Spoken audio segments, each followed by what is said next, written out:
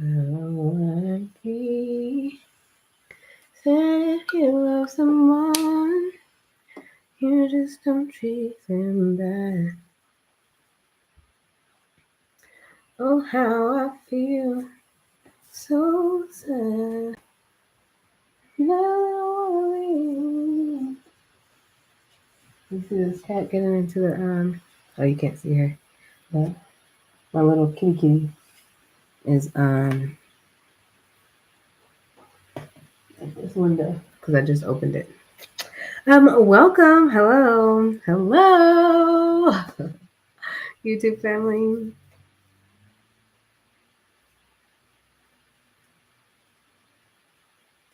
Um, Anywho, welcome to Embodied Spirituality. I'm your host, Ashante Marie, where Spirit likes to have a conversation with you, me, and thee.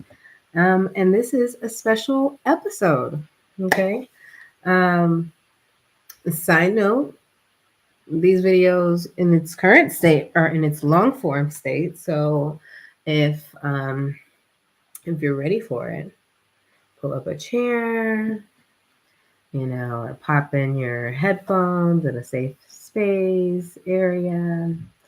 If you need to speed me up a little bit or slow me down a little bit, I doubt it's going to be the second one.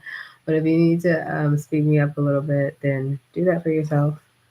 Um, I don't take no offense, People just process information at different speeds, especially at different voices or vocal tones or depending on what they're talking about. So, yeah, there's more disclaimers for sure. I do cuss here. I did say long form. Oh yeah, so grab some tea, grab some water. I got mine. I got mine. I got mine. Okay. Just get comfortable. That's the main part. Get comfortable. Because we're gonna have a conversation and I hope you guys are down to hang out with me and, you know, hang out with me. So anyways, my name is Ashante Marie and I'm really excited to be here. I may keep shifting some things for a few minutes. There we go. That feels good. If you can see it, I'm not gonna tell you. That feels better. Um, Slightly. Ooh, you see, I needed that. Ooh-wee. Anyways, so yeah, this episode I'm gonna be talking about myself a little bit. Um, it's not just gonna be all the messages that God is giving me to talk to you guys about. I mean, obviously, all of them are that for that, to be fair. But just, I'm going to be talking about myself a little bit more specifically versus like, insights.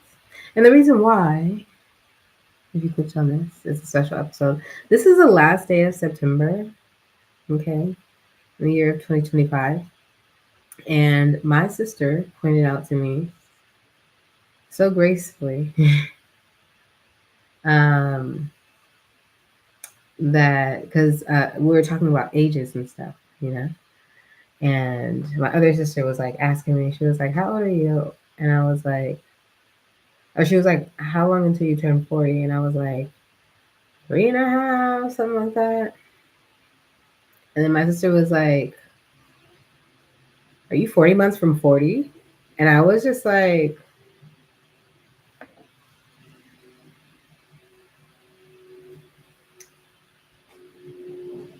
"You did that." And she did it so quick that I was like,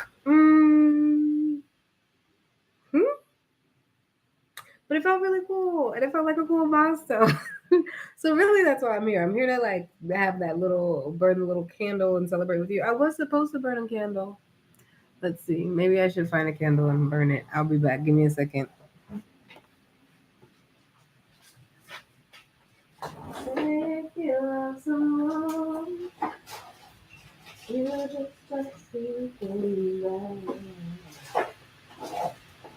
Okay, I'll be back. Give me like 30 more seconds.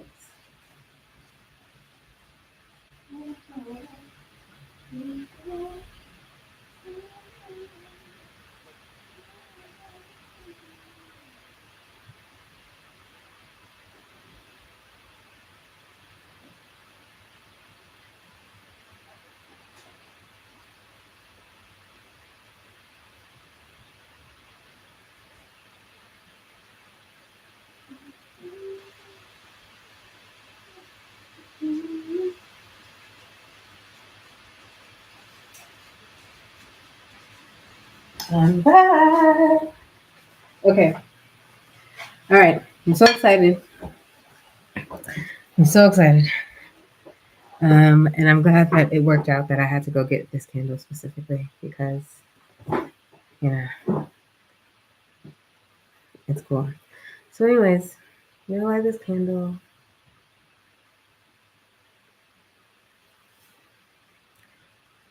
Light this candle. I'm probably gonna sing happy birthday in my own head. Maybe. And you guys can sing it to me out loud. Happy birthday to, or happy birthday.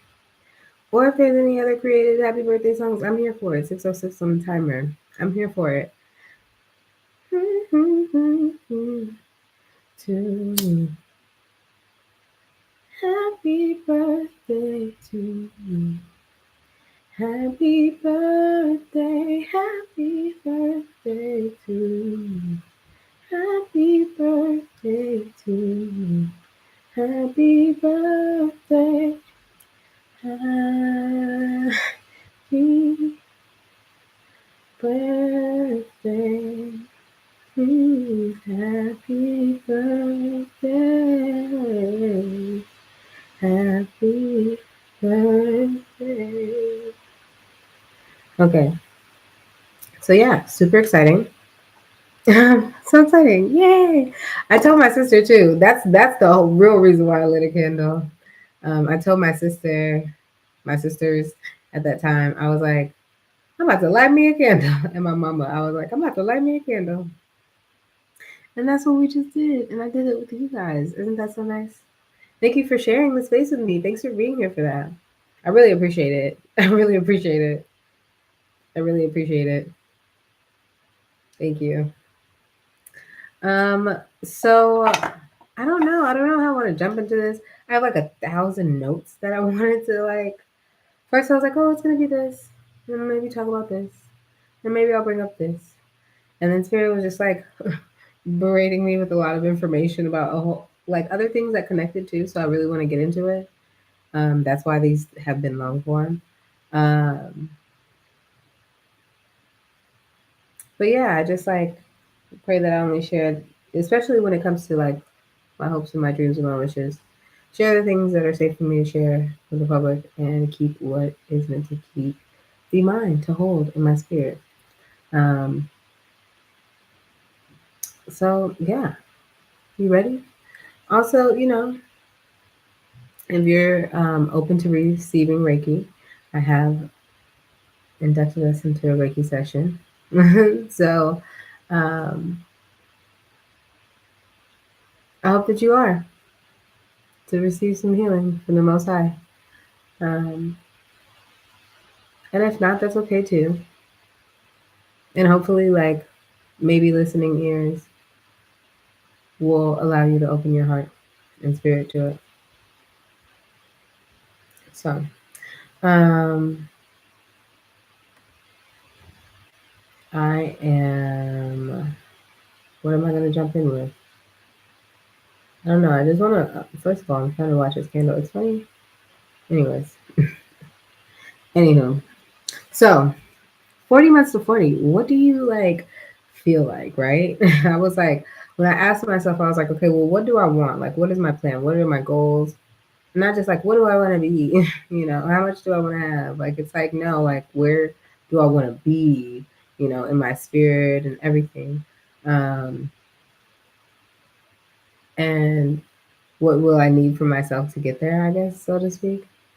Um, Yeah, and then just kind of what commitment I want to make to myself as I prepare for 40. Like this is like full on prep season of 40. And even though maybe sometimes before when I think about other milestones like oh turning 25 or something like that, you know, you're not thinking that at 23 or 22 you're like really prepping for 25. Maybe some people are, but like maybe you're doing it unintentionally. So just being able to have this space where I can be more intentional about how I'm stepping into 40, I'm really excited about it. I feel like that's going to put me in a really good space when I do make 40, um, to where I won't feel so like What is life? What is me? You know, and I really want to practice this life thing to be better. It shouldn't have to be like every milestone I'm over here freaking out or, going through. Like, no, I want to be able to just celebrate. I want to celebrate and be so happy that I made it because God knows I'm so happy to be here at this age right now with this candle sitting in front of y'all, you know. So, this candle is so interesting. Okay. I'm trying to figure out the best way I want to put it here. I was like intending to, you know what? How I know how to do this. I know how to do this better. I just should have thought about it sooner. So I don't like burn my hand in the process. Oh, okay. Alrighty. Okay. Also, fire energy was like something I wanted to talk about. But we may just be jumping. Here we go. Thank you, Jesus. All over the place. Oh, yes. That made it easier. Thank you, thank you, thank you. Whew. Now my hand's not on fire. No, look. Because it was getting close. The candle was burning out. It's gonna be done soon. We're so excited.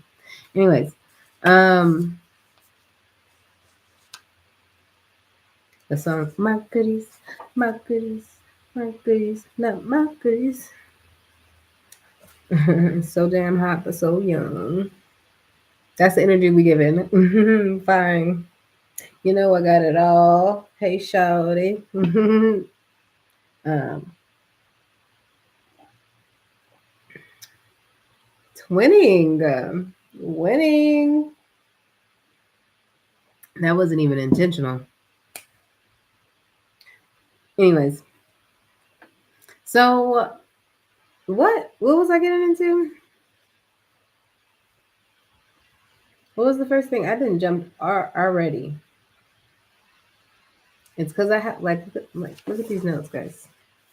So much, so much.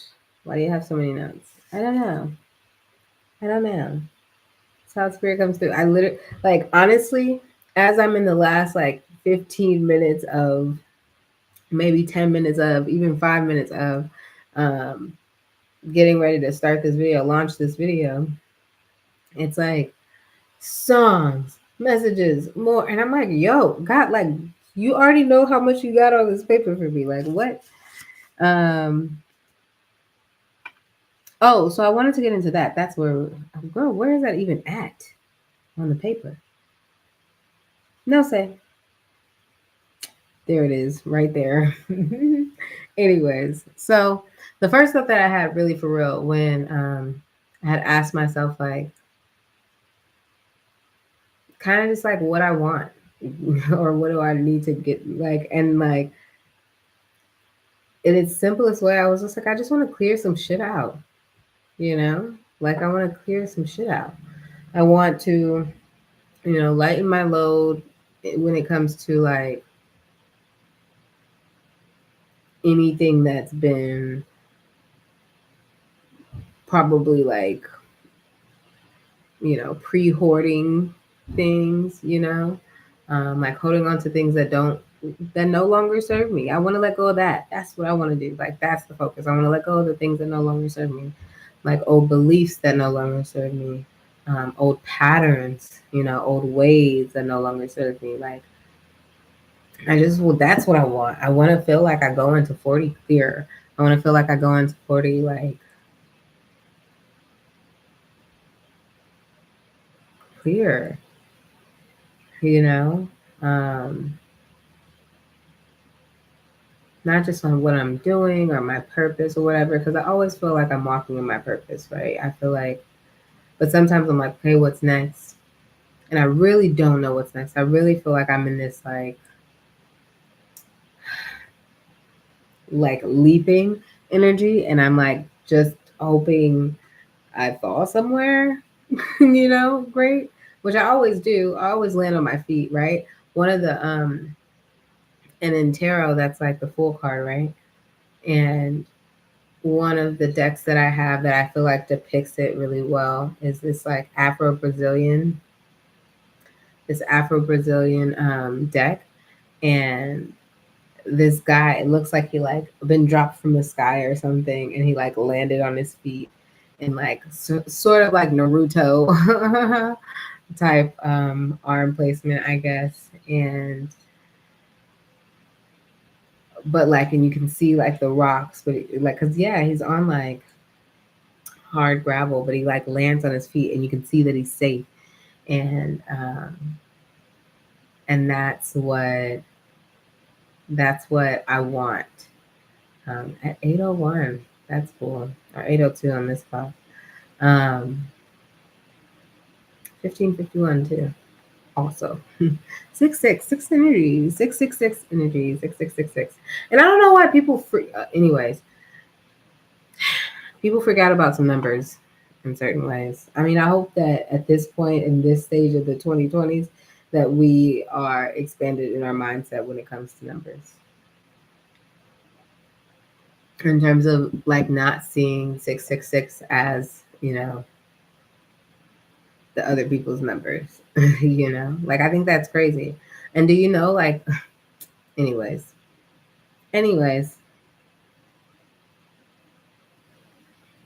yeah, like falsehood. It's just falsehood and lies, like letting go of the lies, right? And that is that energy. They always be saying the devil is a lie. And that'd be true. That'd be true. And I feel like the reason why I'm like so calm right now in this video versus like being more excited and amped up and all that stuff, um, is because like I was excited to get to this video, and at work or at the rink today, let's say it like that. At the rink today, I was like excited to be there, but the energy was just like weird and off, and like it wasn't. I didn't like it, and it was interesting because it's like a quieter day. It was one of the quieter days and time slots, and I was just like. It just like didn't my it like brought down my mood a little bit, and it was really pulling me into a place, and I was not excited about being pulled into that place. And it was interesting to me that right before I left, right, I pulled cards and from my like mermaid deck, and the card that came up for me was watch your thoughts. And they were talking about, you know watching your thoughts. Like negative thoughts come up, but like, you really want to focus on what you want to manifest, and not the things that you don't want, you know. And like, I don't often use the word like hate. I don't think and especially not really towards a person, um, but usually towards like an energy. And I'm like, oh, I hate this and I hate that. Like, it's usually more towards the energy than it is a person. And I was kind of feeling it towards people who were carrying certain energies. So I was kind of conflating the two at the beginning. And I had to pull myself back first and be like, that's not that person all the way, like that's an energy. Like they're carrying an energy that I don't like. Like it just like it rubs me the wrong way. It makes me so adverse, and I have to like catch myself. And especially when it's on a person that you actually do care for, you have respect for, and or that you need to like, play game with a little bit, a little bit more. So you have to be mindful of what you're saying.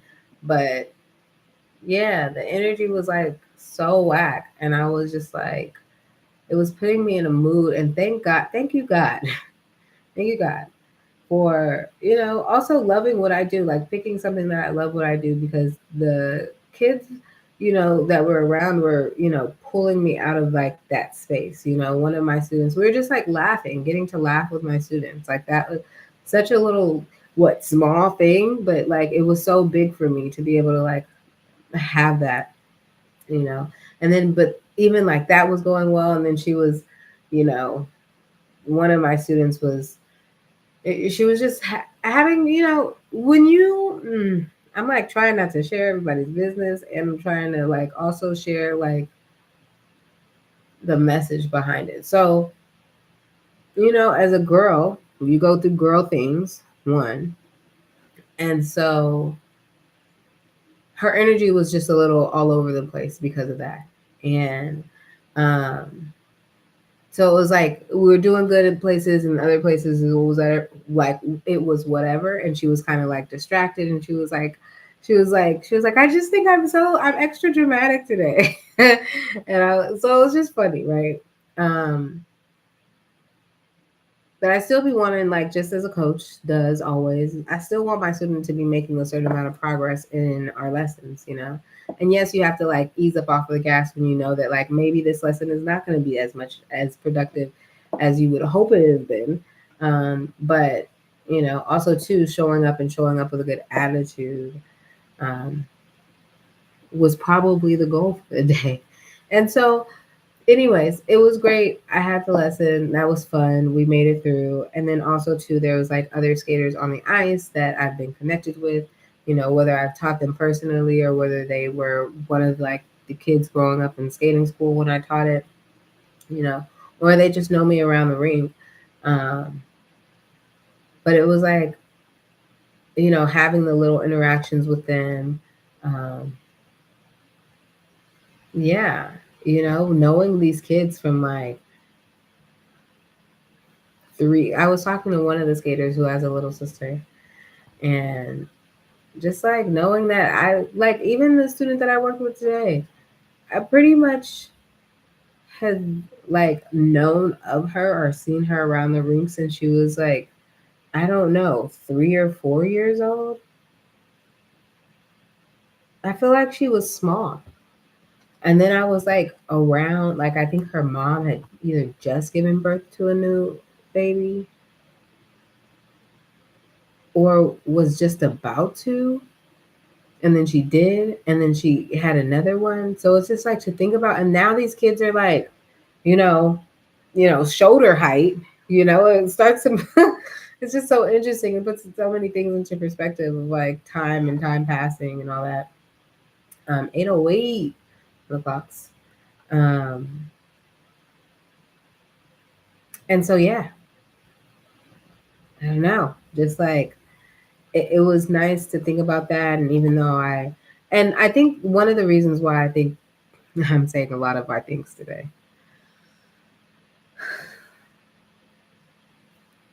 One of the reasons why I believe that I get antsy around being at this place or like being like going to this rink is that I've been there at this point half of my life. Like if you take my age and split it in half, that's how long I've been at this rink. That's crazy to me. Like that's crazy to me. Um, I think it's so cool. I think it teaches, shows longevity, right? Um, but I also know that there's more out there for me. I know that there's more out there for me. Um, and I know that there are more people that I'm meant to touch and, help.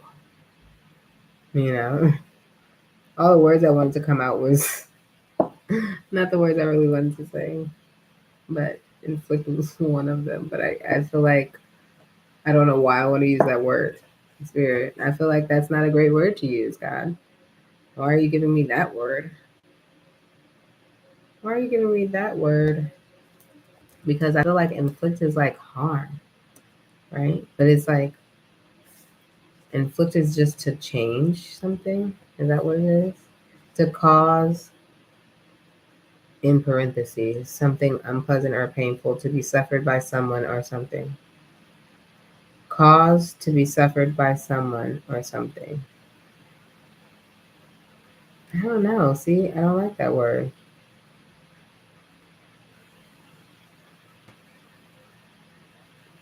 You know why I think that like Spirit could quite possibly have chosen this word as I try and find the camera again. Why I feel like Spirit could have quite possibly chosen this word is that one of the other things that I wanted to bring up is that I feel like I'm also stepping into and I don't necessarily like calling, like I have, I, I, I don't know. I feel mixed around the word warrior, but it definitely was getting like giving spiritual warrior vibes or spiritual warrior season. And I really mean like God's earth angel. And when I say that, I mean not just like love and light angel, but like when you really like know the angels, they be with the stuff, you know. They rep hard for God, you know. And I kind of just feel like that's the stage I'm stepping into, and it's not always gonna look pretty. And I feel like it's gonna maybe, I don't feel like I'm gonna be like extra aggressive with it because that's just not like my style. Um, but I do feel like it may sound firm. There was this energy this weekend too of a soft and heavy hand. Like some people need a soft hand, some people need a heavy hand. And I feel like there's gonna be moments where I'm gonna be a little bit in my heavy-handed season. Um, but I also want to make sure that I'm doing it with like the most love and the most clarity that I can have. And I feel like sometimes when you have to become heavy handed, you have to tap into like energies, different types of energies that can, dang, that's a word, be intoxicating. Um, and can kind of like, that's what it is. Your love, your love, your love is my drug. That's the song that came in my head. Your love, your love, your love is my drug. Um, so yeah, it's my love, your drug. Yeah, maybe that's what it is. You know, I've always been somebody that's been like an honest person, a truth teller, you know, and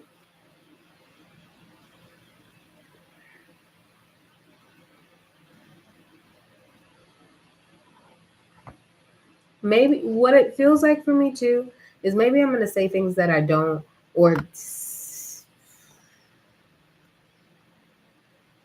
step in where I maybe don't normally step in. Not to say that I'm not supposed to step in. I'm saying that where I'm meant to step in, but that I would normally, as myself, would not want to, um, as my meek and humble self, would not necessarily want to step into. But when you're God's earth angel and really needing to rep for God, because I feel like the reason why I also feel like we're stepping into this space right now is that other people are running up amok.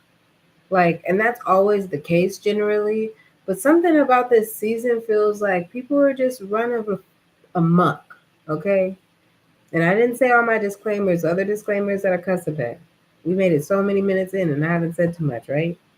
I don't know. I gotta go back. But running a fucking muck, bro. And like nobody has time for that. Nobody has time for that. And it's crazy. It's all these energies. People are carrying these energies. So it's like sometimes it's like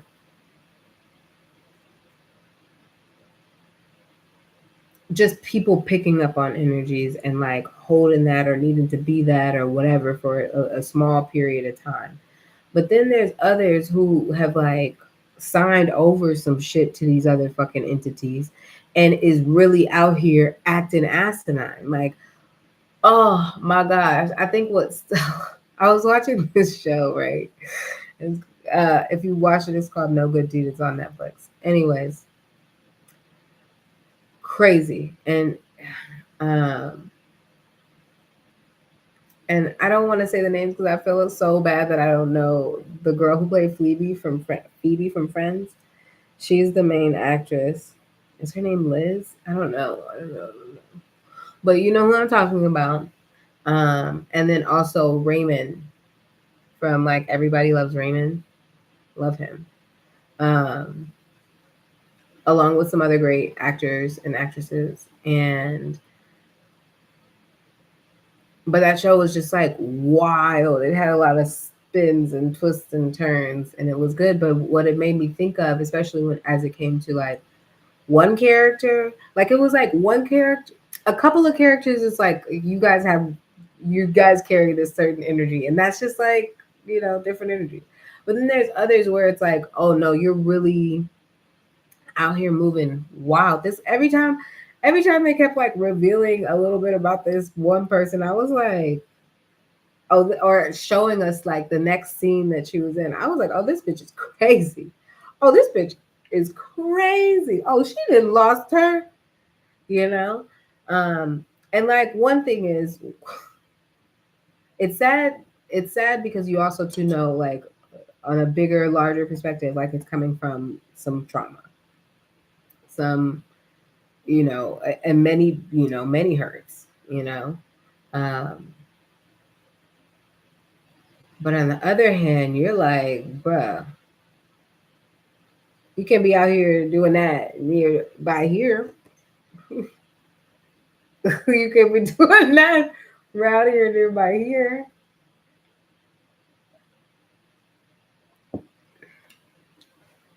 I'm gonna have to go somewhere else with that. Okay. So yeah, that's come up. I wanted the word nuisance. So if we're doing vocabulary words today, or a vocabulary word today, the word is nuisance. Because I was just like, when I was trying to separate my frustration of that energy from that person versus just being frustrated at that person, I was like, they were just being such a nuisance. And I was like, that's the word. Like, and it's funny because as soon as I had said that word, I was like, oh yeah, that's what it is. And then it also felt like, okay, and it lost its power a little bit too, right? Because, sometimes when you don't know what it is, you're like, what the fuck is bothering me like this? Like, what energy is this? And I was like, no, it's because they were being a nuisance. But then I was like, nah, it's not just a nuisance, because I understand that nuisance, like, even if you take the word, oh, I didn't spell it for you guys. It's Nuisance. And then if we wanted to get the G definition of it, or whoever. It's a noun, and it says a person, thing, or a circumstance causing inconvenience or annoyance. A person, a thing, or circumstance causing inconvenience or annoyance. And I was like, it's definitely 100% that. Like, it was definitely 100% that energy, right? But then I was like, after a second, I was like, oh, but it had something else to it that also drives me a little crazy, right? And I was like, what is it? And that one was easier to name because I've already recognized that very clearly sometimes to people. So it's like easier to spot. You know what I mean? But fake and phony, like that phony and fake energy. So it was like they were being a nuisance, right? Irritating AF. But then they were also being fake and phony on top of it. And then, so my reactions on the inside was just so adverse to this person because I was just like, and luckily, like I kept my facial expression a little bit, in control. Maybe it was a little tight, but it was in control. And I made adjusted action to whatever their statement was. And yeah, I just kept it pushing. But like it was just grinding my gears on the inside. And I was like, what the is this? Why is this bothering me like this? And I was like, you have to separate this, you have to practice. And even though like I didn't read the details of the card and I knew like the essence of the watch your thoughts card, I was like, I have to watch my thoughts. I can't keep saying I hate this, I hate this, I hate this. And I'm like, no. You don't like the freaking energy of this specifically. You love this person, you don't like their energy right now.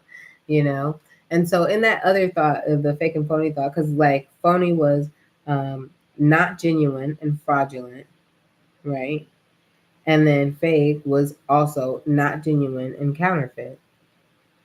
And even in that thought, when I was thinking about this person, I know I'm speaking all vague and stuff, right? But even in that thought, when I was dealing with this person, I was like, and I've known them for ever, for so long, almost 2 decades. And I know that that person also has, a hard time being their authentic self. One, I think that they sometimes have a hard time identifying who or what their authentic self is.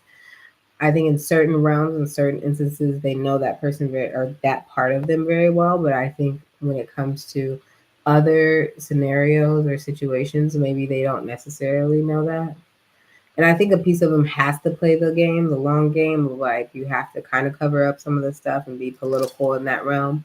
But I think that there is a way to play the game a little bit better in terms of being able to be a level of a little bit more honest or a little bit just more real. Like you can still be a human on the other side of whatever needs to be done. Like there was a way that they could have said what they said or just come off a little bit different that would have that would have just come off different. They could have said it in a slightly different way that would have come off differently. And like the thing that, because it's like the thing that they were telling me didn't actually fit, like what I needed to adjust or whatever didn't like bother me. Like that's fine. Like I know how to adjust. I know how to adjust, okay? But it was just how they said it that I was like, can you just be real? Can you just be like just be real? And it's like you don't have to like do it like that. But that's also me needing to grow maybe a little bit more patience, you know. But I'm just like tired. Like sometimes I'm tired because I feel like it's not just that person that carries that energy. I feel like that energy kind of persists a little bit around the ring. And I don't know if it's just like the nature of the sport because there's very much, a perfectionist or like putting on type energy. You have to. Like that's literally a part of who we are as skaters, like in our fundamental, and that's with any entertainer, in any entertainer or performer. Like I bet you a lot of people who play basketball are way more dramatic than what they maybe would necessarily be. Why? Because when they're dramatic on the court, it pulls a foul so much easier. So that's extra points for your team. So you'll see though whoa, these big old guys throwing themselves around. Like that's the nature of their sport. So I'm sure it shows up in other ways where they may be a little bit more dramatic, a little bit more whoa, like whatever, right? And so with skating, because we're trying to do everything super perfect, it's not like, okay, I get to play 1,000 games. It's like usually we're doing a performance, we're doing a competition, and it's like you have this one shot, these however many minutes, right? It can be 1 to 5. You got these 1 to 5 minutes, okay, to impress these people. And be perfect when you do it. Be perfect when you do it. And then even in the need to like, so say that you fell, right? A lot of the training behind skating is like, okay, if you fall, first of all, you have to replace it in your mind. You have to literally just lie to yourself and tell yourself, replace it with you doing it perfectly. Because if you start to think about the thought of you not doing that jump, it will ruin and can wreck the rest of your program. Can ruin and wreck the rest of your program because you're distracted about the one mistake that happened, or if you tripped a little bit. Because like there's nothing like bro, and like skating is so that there's nothing like practicing for like a test or something, and maybe it's like your last practice run through, and like or even more so, because when it really shows up, it's like it's the warm up before. So you only get 5 minutes. So you have this test, right? You may have and you literally get 5 minutes on the ice to warm up. You get 5 minutes, right? for like some of these tests that maybe would be closer to like an 8-minute run. So you can't warm up everything. You just gotta warm up. And but having like nervy legs or whatever, and then you start catching your toe pick, there is nothing like it, because then, like, unless you're able to calm your mind enough to like get back into your body, like it's easy to be like, I don't know why I'm tripping over my toes, and then you're fucking tripping over your toes the rest of the game. Like it's terrible. It's terrible.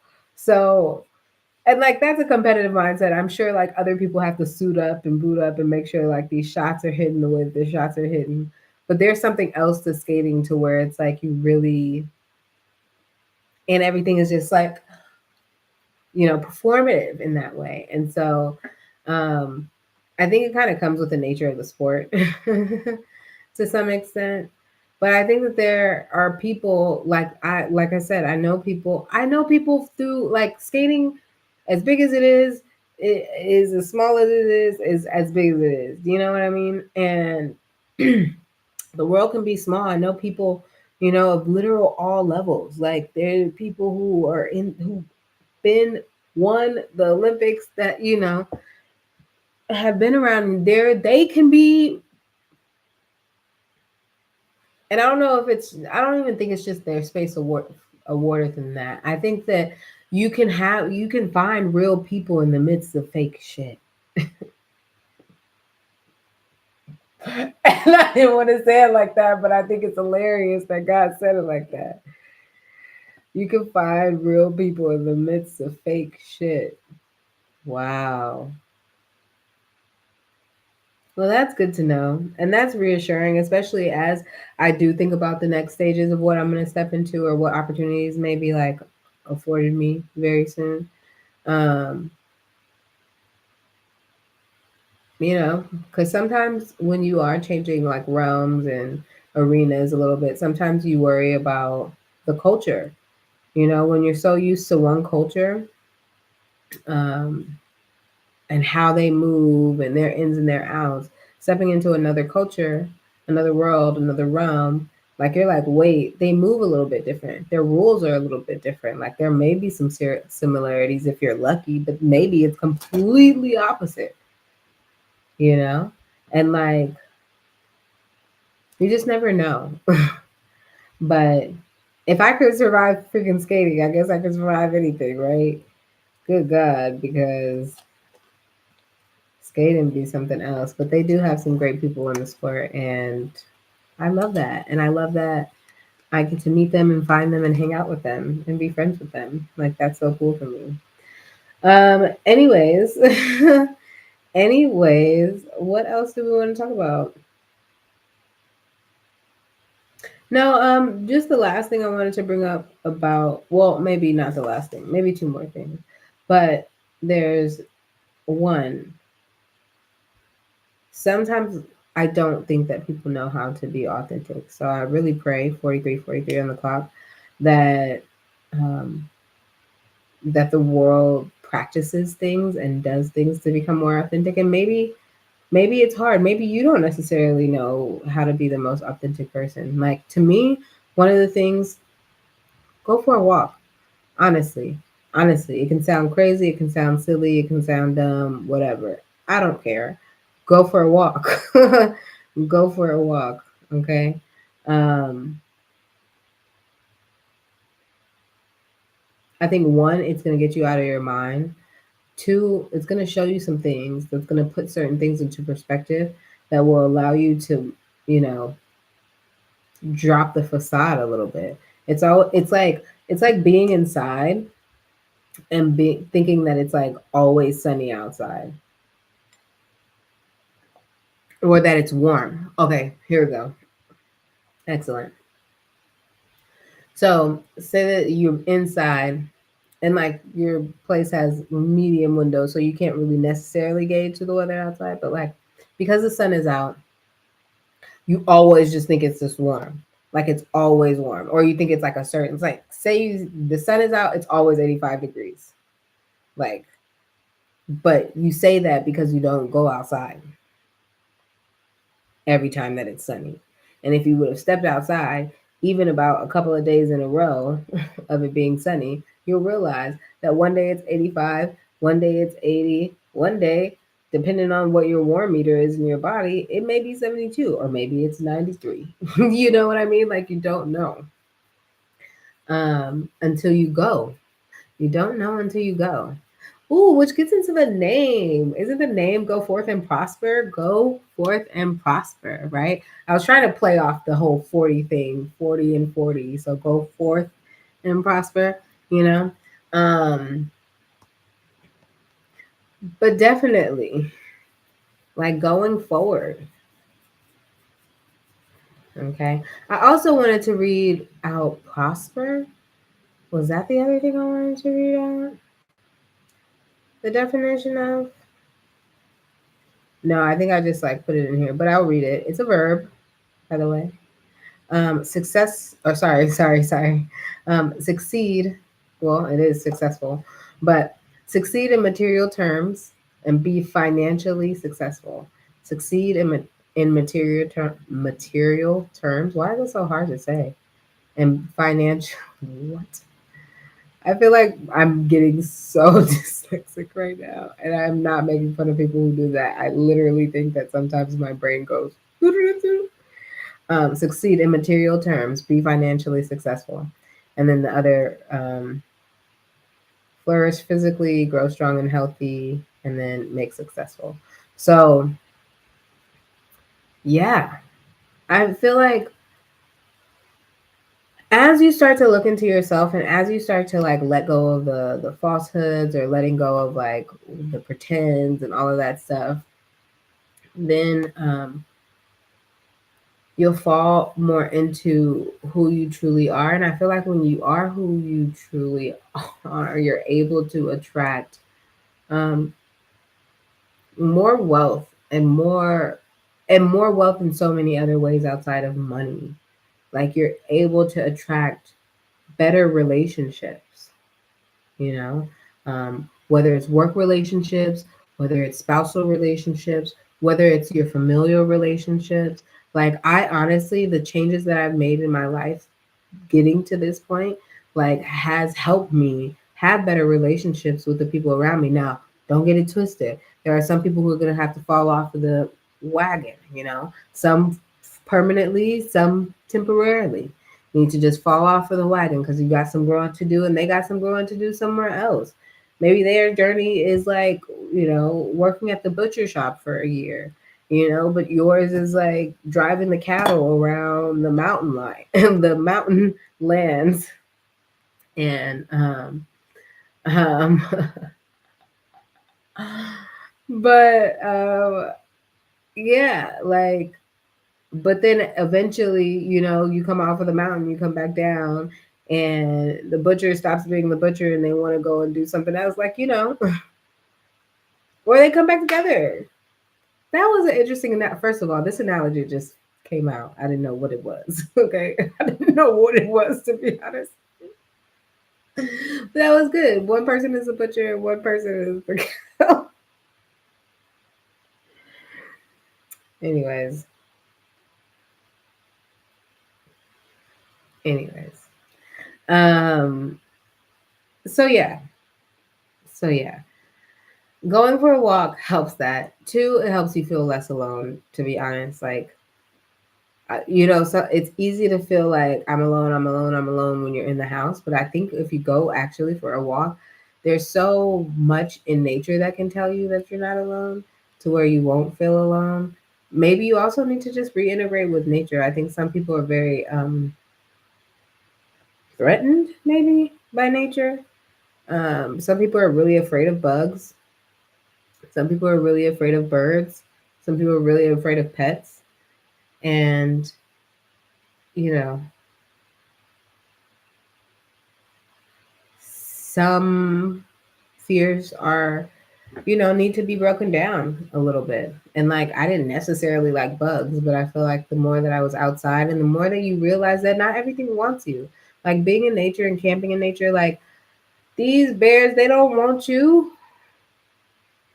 Like certain things may want you, but like for the most part, that snake don't want you.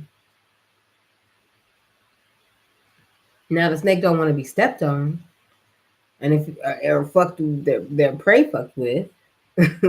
So if you're doing that, you better watch out a little bit. But other than that, like the snake just doing their duty over there. They don't really want humans like that, you know. Unless there's some other kind of snakes that I don't know about. But like for the most part, they don't want you. You know, those birds they don't want you. Now they may want your food. Okay, you may look like a piece of food. Okay, but they don't really want you like that. You know. So I think there's integration to be done in nature, but I also think that like just being outside helps people just not feel alone. Two, it gets you more in touch with yourself.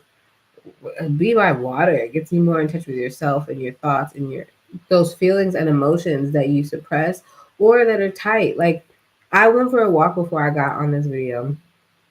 Um, and it was like one of those like, no, you need to go and take a walk sort of walks. Like, no, not just like a, oh, I just want to take a walk today. No, it was like you need to take a walk to feel better sort of day.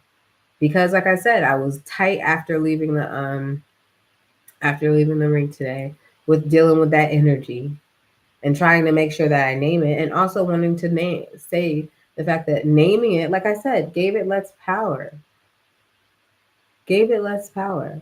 But I also wanted to make sure that one, like whatever two, that like energy was triggering in me, whether it was like fear in one way or lack mentality in one way or whatever in another way, like I needed to clear out that shit because it was like I have to talk to this person again about something else, which triggers the like either a non-worthiness, and it triggers like a not having enough, and it triggers like all of those things. um and oh yeah, and the money and my money stuff, like yeah. And I was just like, no, like I don't want to feel that. Like I don't want to feel that. So it was like still feeling the residuals from the fucking energy because they still like spat their like saliva on me, so to speak. And I still needed to clean it off of me because that shit gets a little toxic. It starts to seep into your fucking skin if you let it sit too long. You know, like that's that. And so when I got home, I was like, I'm not trying to sit in that. And two, I really wanted to make this video and not be in that energy, but apparently it was a message. There's messages in there because we're here. But so I was like, okay, no, go for a walk. Like you can walk this way, that way, this way, that way, right? And you can come back. Because I was like, I really don't feel like going for the walk. But I was like, I can take a walk. That's generous. It's still pretty light outside.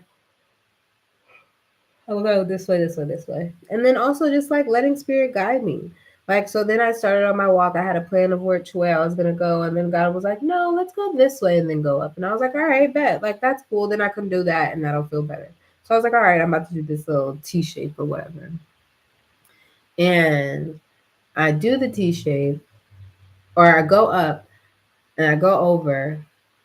And then instead of coming back down like the top of the T, you know, like I went up, I don't know, over. I could have went that way. I decided to, I was like, oh, let me just walk up to see this one plant. And then mind you, to go back into the like you're never alone sort of energy too. Oh, I do want to circle back to that.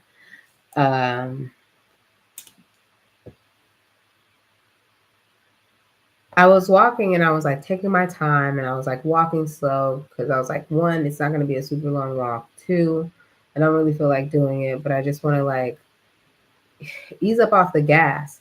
The other card, like I said, the first card that I pulled was Watch Your Thoughts. The second card that I had this morning, and there was only those two cards clearly, was Tranquility. And it talks about self-care, like doing the things that you need to do to take care of yourself today. and not being so like let go of the rigmarole, let go of the cha cha cha and the tango, for a second, and just like ease up, just ease up. And so I had a little bit of that before I went to work. So now that I was back home, I was like, I really want to be in that space. So for this walk, instead of trying to be like, I'm trying to walk and get this walk out, like, no, I'm going to go for a walk and I'm going to chill. So I was walking and I was walking. And then, like, after a second, like, I kept kind of like peeking a little bit behind me. And I was like, is there something behind me? And then all of it, like, when I looked, it ended up being a cat. And this really pretty cat, like, just slinking behind me. Super, super pretty cat. And I said, well, hello there. I said, oh, you're following me. And they were probably like 5 to 6 feet behind me. So I just stood. I stopped walking for a second, stood there, and like bent down to see if it was gonna come, and it came. So I can pet the cat because you can tell. Like one, I think I know who it belongs to because I saw this lady taking out her trash can a couple weeks ago, and there was like a couple of cats roaming outside of her place, um, and I don't remember if that one was one of them, but could have been. And they just seem like they kind of know how to walk around, so I think they're indoor, outdoor. And you can tell by the coats. You can always tell by like what the cat looks like. Okay, um, cat mom over here. Didn't I say cat energy today? That's so funny. I did put that in the description box. So the cat was like walking behind me. I stopped, pet the cat, and then like just stood and talked to it for a second. Like, hey, what you doing? Where you going to? You're so pretty. Oh my gosh. And then I was like, okay, I'm still gonna walk. So I started to walk, but I walked like slow a little bit. And I was like, I wonder if they're, because then after I pet them for a little bit, they went over like by a car and like a parked car. And so I thought they were gonna just like only go to a certain point because I was getting a little bit further away from their place. And so as I kept walking, I'm like 75% or so up by the block or to the top of the block. And the cat comes like, the cat is still like walking behind me, but now it's like just walking maybe like 20 feet behind me at this point, but still like walking as I'm walking. And so I stopped for a second because I saw that there was people coming towards me. And so I knew the cat was going to go away by the time that these people walked down the block. So I stopped and waited, and the little kitty came and walked the 20 feet back up to me and let me pet her a little bit more. And I told her bye, and I was like, okay, I'm about to go for a walk because she started to hear the people. So she was starting to be like, okay, okay. And I was like, all right. And I continued my walk. And like, even in those moments, I was like, oh, that's like a little message from God to tell me that I'm not alone. And not that I was necessarily feeling super alone, but maybe there was an undercurrent of feeling like alone. And I felt like God was like, no, you have a friend walking right behind you, right alongside of you. It was so cute. And then even a few minutes after that, I like turn the corner and I'm like my load is starting to lighten a bit. So I start to, I was thinking about these roses because there was this one bush that had all these like rose buds, but they weren't like open or starting or anything like that. But I was like, oh, I know that that's a rose plant. um, Bush. There you go. And it had a lot of them. So I was like, oh, it's gonna be a lot of roses. And so I went into the roses are red. I was like, oh, let's create a different one. I was like, roses are orange because they be that. And that one looked like it was gonna turn like be an orange rose bush. Roses are orange, and then I kind of got distracted, and I was like, roses are orange. Roses are orange, and sometimes yellow and purple too. And I like laughed because I had seen a guy in my peripheral, but I wasn't really like looking at him at all. Like I didn't like check out his face or anything because he was across the street. And I was like trying to come up with this rhyme in my head, so I'm like in the stars, in the clouds, in the clouds. There was cloud energy today, and interesting cloud energy, head in the clouds, dreamy. Got it. Okay, so I laughed because when I said violet, like I could tell that his shirt was like a light violet, like lilac, like super, super light, like barely purple. But like also clearly purple. And all of a sudden I hear, "Hi, Ashanti," which is not like people mispronounce my name all the time. And so my insides are like, do I correct them? But then I'm like, it doesn't matter. And I figured out who it was, and it was my neighbor who lives like upstairs. Um, and he was just like, "Hey," and I was like, "Hey, I didn't even know it was you." Like I wasn't looking. And I wanted to say that his shirt was like cute and purple. There were so many thoughts going in my brain that I was kind of like stuck for a little bit. And he was like, "See ya," and I was like, "All right." So I walked that way, and I was just like, "Oh wow, another friend, right? Like another friend on your journey, another friend on your journey, and somebody that you know." And having that childlike play like energy of like, "Oh, I'm in the like la la," like I love that. So then once I got to the corner of the T, I was like, okay, well, I'm going to walk up instead of walking back down. So I was like, I'm going to walk up and maybe go and see. That's why I like this smell, probably. Ah, that's why. That makes so much more sense. Ah, okay. So there's this plant called Datura. It's also called like Angel's Trumpet, I believe, or the Devil's Trumpet. I don't know. Is it called that? Girl, please tell me it's the Angel's Trumpet. Let me Google it. Again, something to Google. Is it called Angel's Trumpet? Yeah. Yes. Okay. Angel's Trumpet. Also called Datura. Or there's like one and the other versus Angel.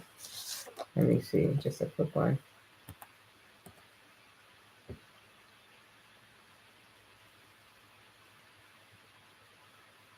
Oh, well, I guess they have slightly different facing plants. Oh, so there's Angel's Trumpet, pendulous, hanging downward, often large, long, tubular. And then there's Datura, which is Devil's Trumpet. Oh my gosh, upward facing and bell shaped. Oh, what? Okay,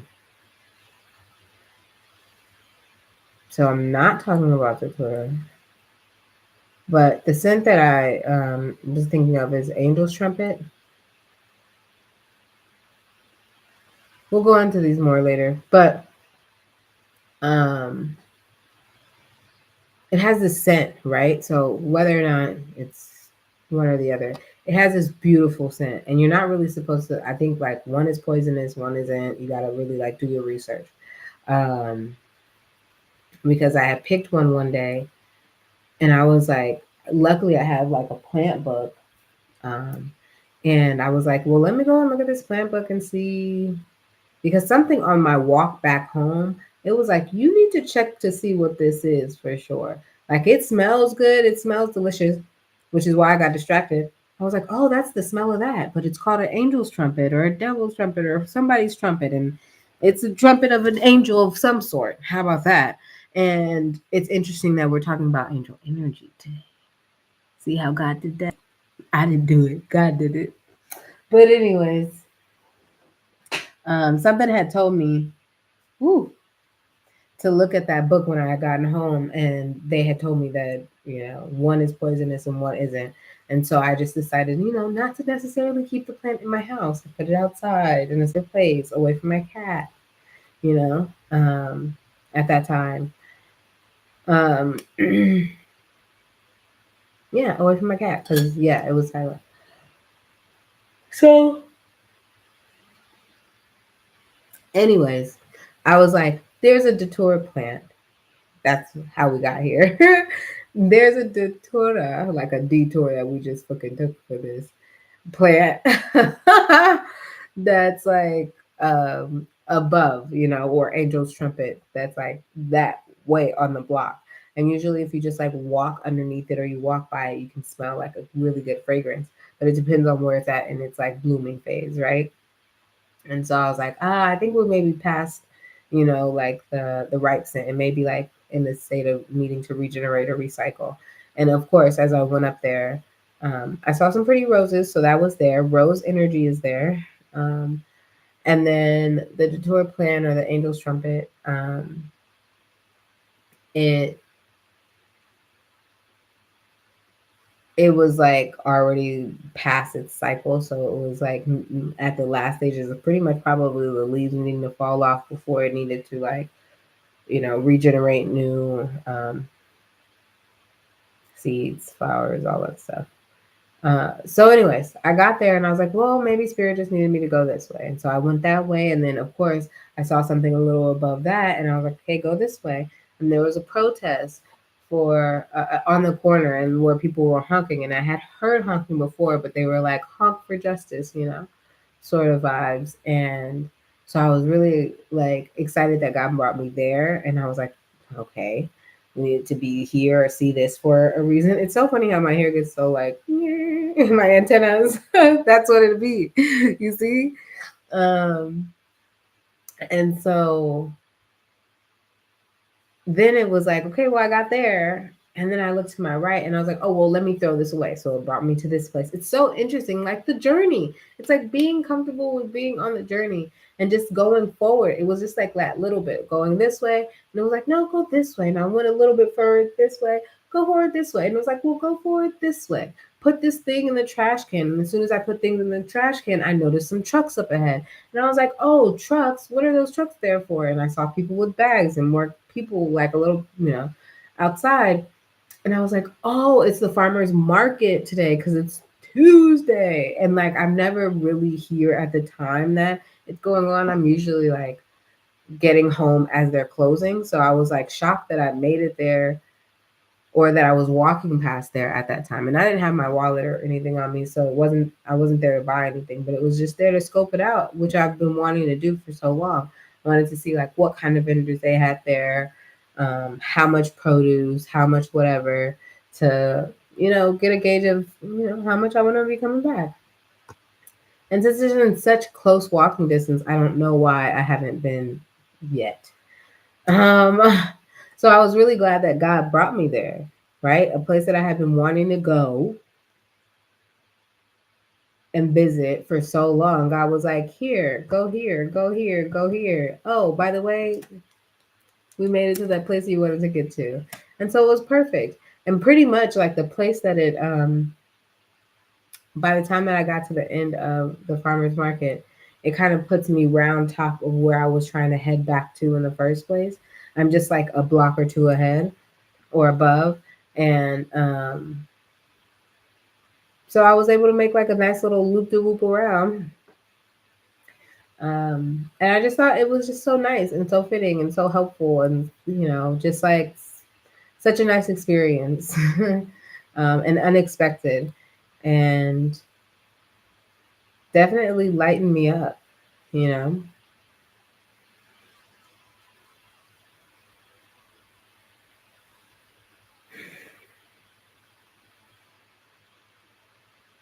Yeah.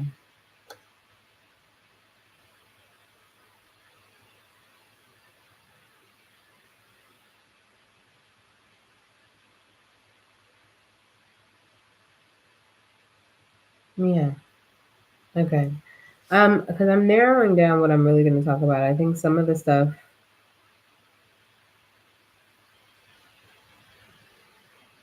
yeah. I think one of the things that I wanted to talk about, and this was is going to just pull me so off the kilter, so I'm not sure if I'm about to jump to that yet. Um,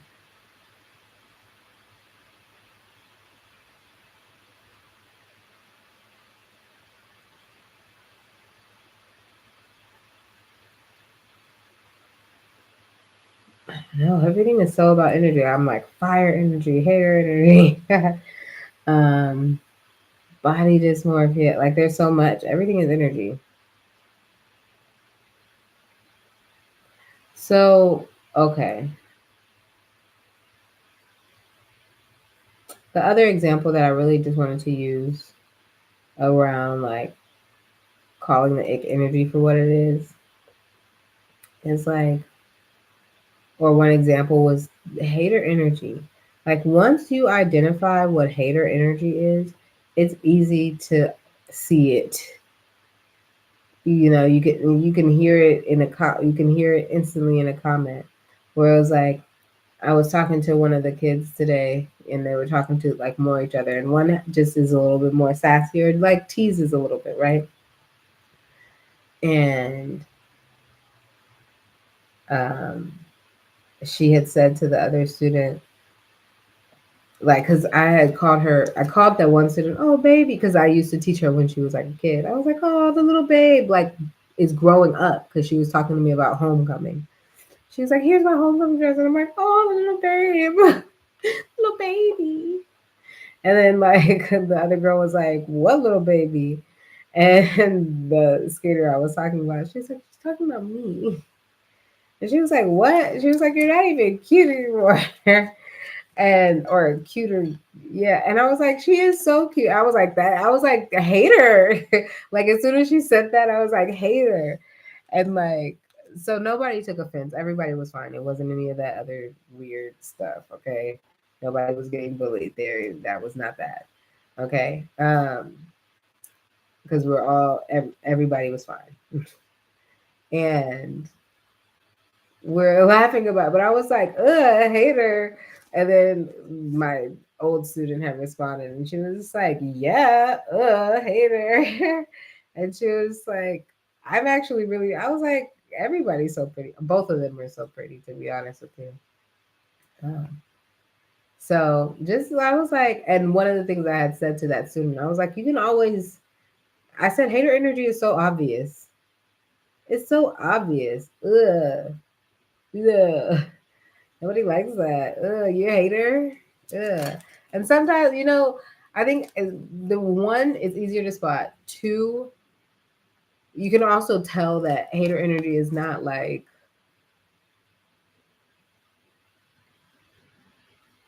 hater energy can be lighthearted in a way. And that's a weird statement to make, but like hater energy can be lighthearted in a way.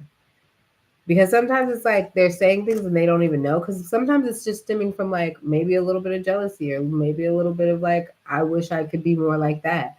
And so it's a little bit of hater energy, but it's not like,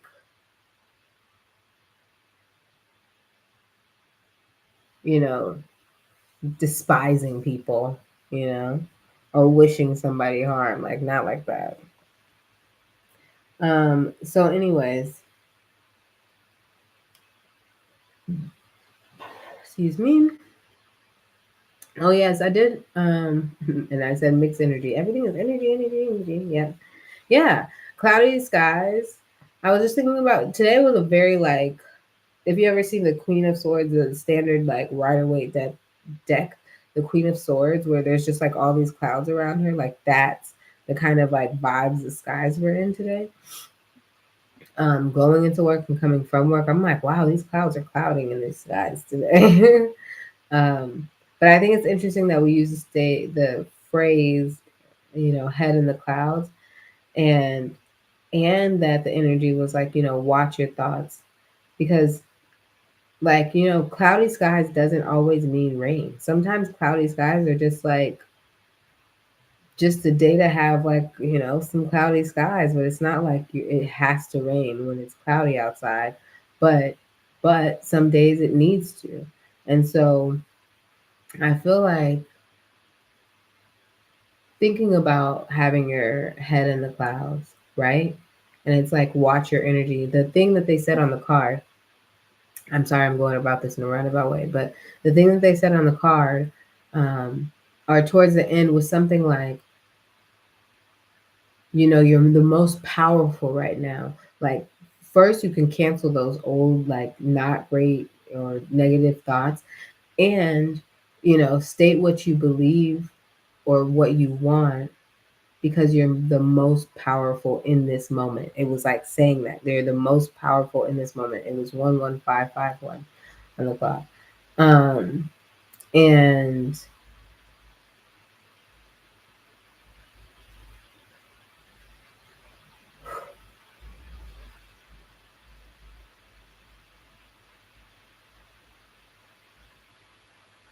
and in that, it made me think. Sorry, because "Moment for Life," the song came in my. I wish that I could have this moment for life. Came in my head, and I was like, "Whoa, where am I?" But moment, like you're the most powerful in this moment, and it made me think that, like, when you are frustrated, like, one, they say you can manifest. You're the better manifester. You're the best manifester when you have like strong energy, you know, kind of, amplified in you, and it can be when you're in like your happiest state. If you're like, oh, your happiest state, and you're in this manifestation, that can bring it. And also too, something interesting that to know is that if you find yourself in a super negative headspace, right, instead of, because we all know what it's like, and if you don't, just check your thoughts. um, what it's like to be like, okay, something happens and you're like, oh, I'm having a bad day, but you're like not having a bad day, you had a bad moment. But then because you're telling yourself you had a bad day, the day keeps getting worse. And you're like, oh, this is the worst day, this is the worst day. And it keeps getting worse, this is the worst day. Because you keep just like manifesting the worstness of the day versus being like, oh, I had a moment. And like, this moment is like cringy, or I had another moment and this moment kind of sucks. And instead of holding on to that moment, being like, oh, I'm going to let it go. Figure skating status, mindset. I'm going to let it go. I'm going to pretend everything is okay. No, but like, more so, what I was trying to get to is the fact that because we're in these states of being so frustrated, or, you know, in this like tensions tug of war, it's like so much currency. It has a lot of currency to it. Jesus, that's that wealth. It has a lot of currency energy to it because you've been like toiling in this, you've been spinning in this. It makes you feel a tug of war. I feel, you have this feeling of not feeling worthy, but on the inside that you're worthy, but you feel like you don't have enough, but on the inside you always gonna have enough, and then you're just here. You're tug of war. You're tug of war. That's a lot of currency. That's a lot of waves. That's a lot of waves that can turn into something. That's a lot of motion. That's a lot of motion in the ocean. Okay? That you could do something with. Okay? Did you hear me? Okay. But like, so when they said that in the card, or in the like booklet for the card, um because, and even that the reason why I looked at the booklet before I got on this thing was because reading rainbow came in my head. The reading rainbow, take a look inside a book. That's what made, and I was like, take a look inside a book, because I was like, what do I need to do before I get on this thing? Because I lit a candle and I was like, what else do I need to do before I get on this camera screen to like make sure that I'm locked in? Take a look inside a book. And I was like, what book do I have right now that I need to like peek at, that I'm willing to peek at right before? Because I'm like, I'm in T minus 3, 2, like I'm in like countdown of trying to be on the camera. And or of being on the camera. Okay, let's be clear. I'm in countdown of being on the camera, and I'm like, okay, what do I need to look in this book? So in the book, that line just like caught me for a second. I was like, oh wow, like that's powerful. Like that's powerful because we are so powerful in those moments. When we feel like we're in despair, when we feel like there's no other answer, there's no hope, blah, blah, blah. When we're in that, first of all, the devil is a lie. Okay. But it does create a certain currency that you can change into a better flow for you, you know? And usually, even what I was thinking about over the weekend is like, when you are in a rock and a hard place, that's the place where you're supposed to get creative. That's the place where you're supposed to just like wait, or like look for divine guidance, which is usually something creative.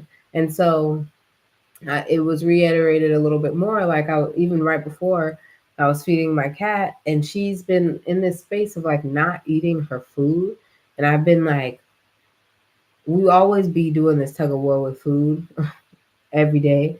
Like sometimes she eats it, sometimes she doesn't. Some days she's like really good at eating her food. Some days she's really not good at eating her food, but then she'll beg for food as if I'm not giving her food.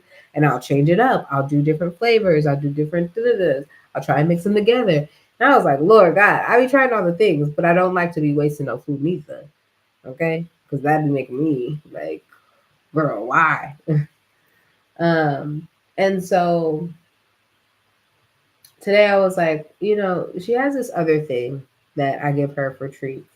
And I was like, well, maybe because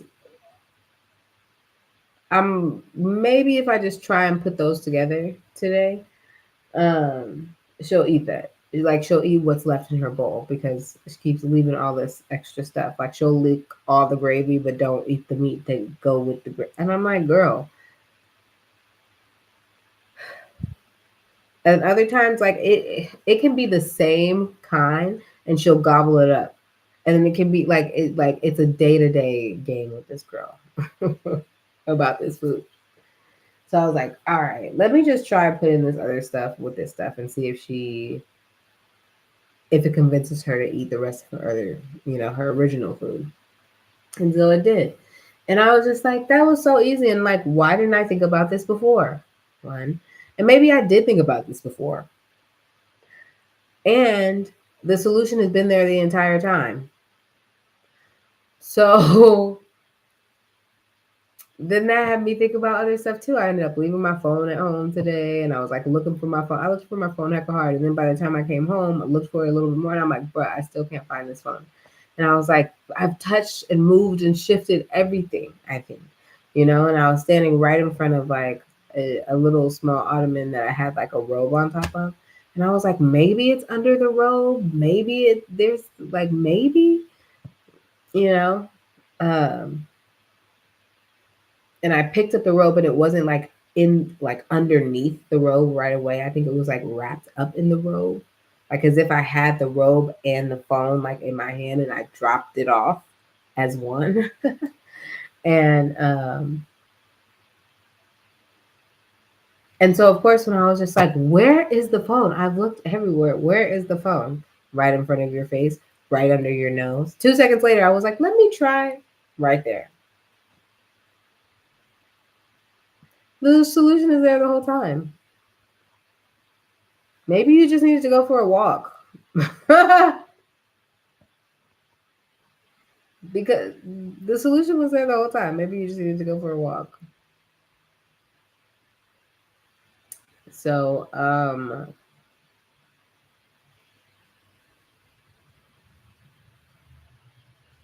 prosperity. We're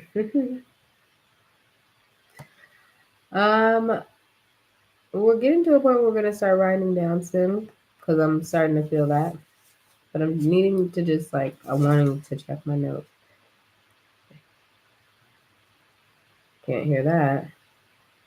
I'm really excited about tomorrow being October. Like, this is the last day of September, but I'm really 9/11 on the clock. I'm really excited about tomorrow being October because we're getting into Halloween season, we're getting into spooky season, we're getting into thin veil. And I think that the veil thinning is also contributing to this angelic potential heavy hand that needs to also come through. Ooh, in my hand, my palm just started to itch, Jesus. Lord, what are these messages you're giving me? Who what are we gonna be into? Just guide me. That's all I ask. Guide me, Jesus. Okay. Um said those things.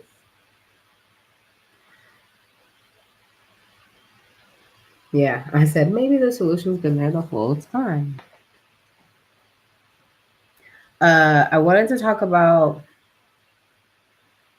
I think these are my last two big things is um, agave, the plant, and audacity and humility. Uh, okay, so agave first. So if you are not new here, then maybe you understand that I do love agave, the plant, because it's one of, I just do. I love the look of them. I love, I love the concept of them. I love the whole darn thing. And I do love me some tequila and mezcal. And, but I think that plant is something special for me specifically in my life. So I had put, again, Google,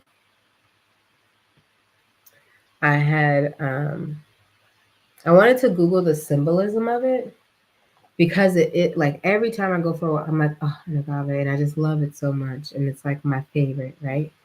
Um, so when I did the symbolism, it says agave symbolizes resilience, survival, abundance, fertility, and the connection between life and death due to its ability to thrive in arid lands and provide sustenance. It is a sacred plant in many Mexican indigenous cultures, representing the goddess Mahayo, a deity of fertility and nourishment, a deity of fertility and nourishment who was transformed from bones. That sounds like a plant I would love. Duh. Oh, that's so funny. Okay. The plant's versatility also symbolizes sustainability and tradition. As its various parts provide food, fiber, building material, and the base for fermented beverages like pulque, tequila, and mezcal. Anywho, I love agave. But I was just thinking about how, like, it's kind of one of my spirit plants. Like, if I was a plant, I would probably be an agave plant. I would probably be so many different other flowers and maybe a rose, like, isn't the statement with the rose like,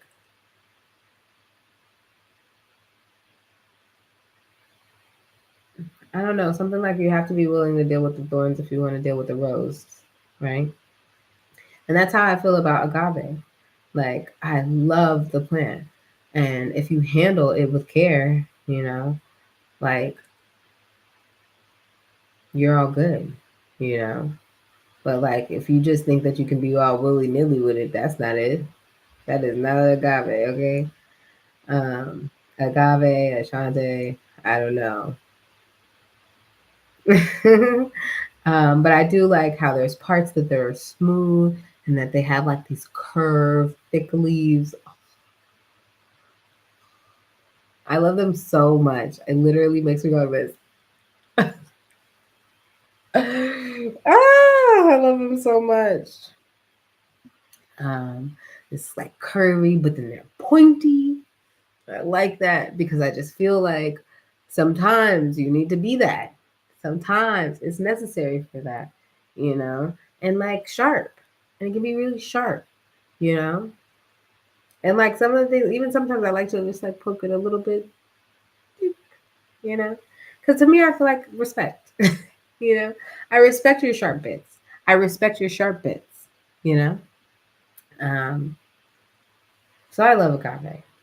Uh, and I just wanted to like read that off because I feel like we are talking about, um, abundance in a lot of ways and the connection between life and death to, being different, letting go of things, right? Survival.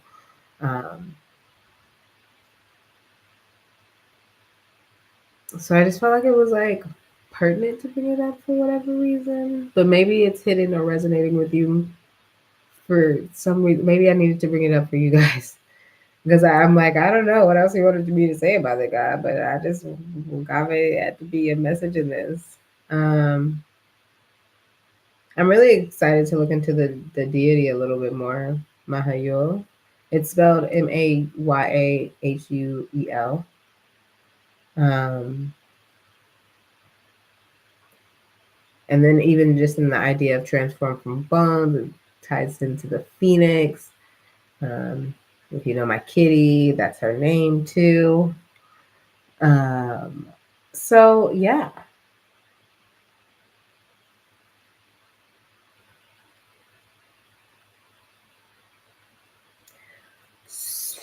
Okay, so I do want to get off of here, no lie, right?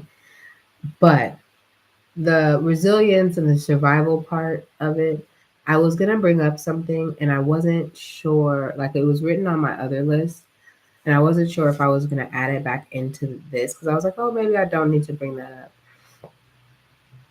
But there's something that's saying like, no, this is maybe a little bit more important to bring up. So, um,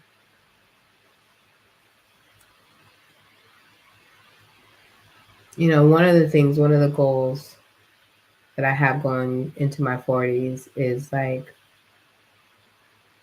just installing more fit for life practices into my life where I don't want it to feel like, oh, I'm doing, like, I just want it to be a lifestyle. Like, I just want it to be a lifestyle, you know? And in so many ways, I've had moments of it being a lifestyle, but then, life be life in. And I fell out of that in a way. So I'm really excited to incorporate practices back in and, starting new practices and maybe even just being more disciplined with it, or just have a different purpose behind it, like purpose driven behind it, um, being purposely driven. Um,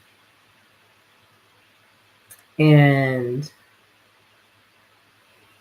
so I'm excited about that. But then when I wrote that down, what was coming up for me was body dysmorphia. And I had watched a video around it, like a dinner table talk. I think I mentioned it in like one of the last videos I did, but one of the girls at the table, she was talking about body dysmorphia and how it like never goes away. And she was like, I dealt with it when I was a kid. Um, and she was like, it never really goes away. You just like learn how to deal with it and you practice, you do practices that kind of keep you a little bit more sane. And so I was like, knowing that I've dealt with that before myself and deal with it,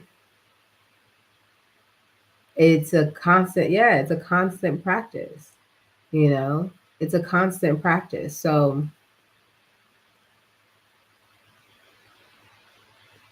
a piece of me sometimes, I don't know if I actually feel shame around it, but I feel like there's societal shame around putting back on a little bit of weight after you lost weight. And like to be honest with you, a lot of the people in my life, they're still just like, you are still small, like you're skinny, like they'll call me skinny, I'm not skinny like that. But like I'm smaller than what I was for sure. I'm smaller than what I was for sure. And like a lot of times I'm like, I'm not what I was when I was at my lowest, which is still not your lowest because like we all was born into this world in small poundage. We like, why are we trying? What are we trying to get back to? And that was also a part of the conversation. Like, why are we trying to get back to something that we were when we were younger. Like, we don't want to be those people. Like, we can be a better version or just a different version, but like, we don't have to be that same person. Right. And I'm also trying to be into the mind, or be mindful of the